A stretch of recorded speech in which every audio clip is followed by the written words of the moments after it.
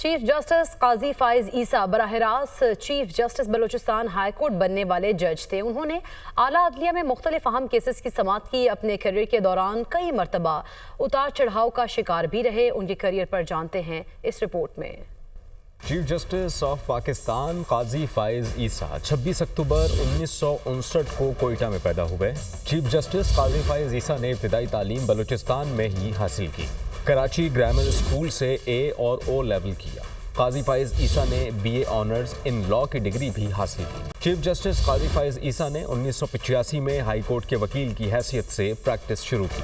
1998 में supreme court के वकील के तौर पर वकालत का आगाज किया। 5 अगस्त 2009 को जस्टिस काजी फाइज ईसा ने बलूचिस्तान हाई कोर्ट के चीफ जस्टिस के ओहदे का हलफ उठाया। काजी फाइज ईसा 5 सितंबर 2014 को सुप्रीम कोर्ट ऑफ पाकिस्तान के जज मुकर्रर हुए। 17 सितंबर 2023 को 29वें बतौर चीफ जस्टिस ऑफ पाकिस्तान का हलफ उठाया। चीफ जस्टिस काजी फाइज ईसा ने आला अदलिया में मुख्तलिफ मुकदमात की समाअत की। चीफ जस्टिस काजी फाइज ईसा ने साबिक वज़ीर आज़म जुल्फ़िकार अली भुट्टो के खिलाफ सदारती रेफरेंस पर फैसला दिया। साबिक सदर परवेज मुशर्रफ संगीन गद्दारी की सजा बरकरार रखने का फैसला भी सुनाया। PTI इंट्रा पार्टी इलेक्शन से मुताल्लिक केस का फैसला भी सुनाया।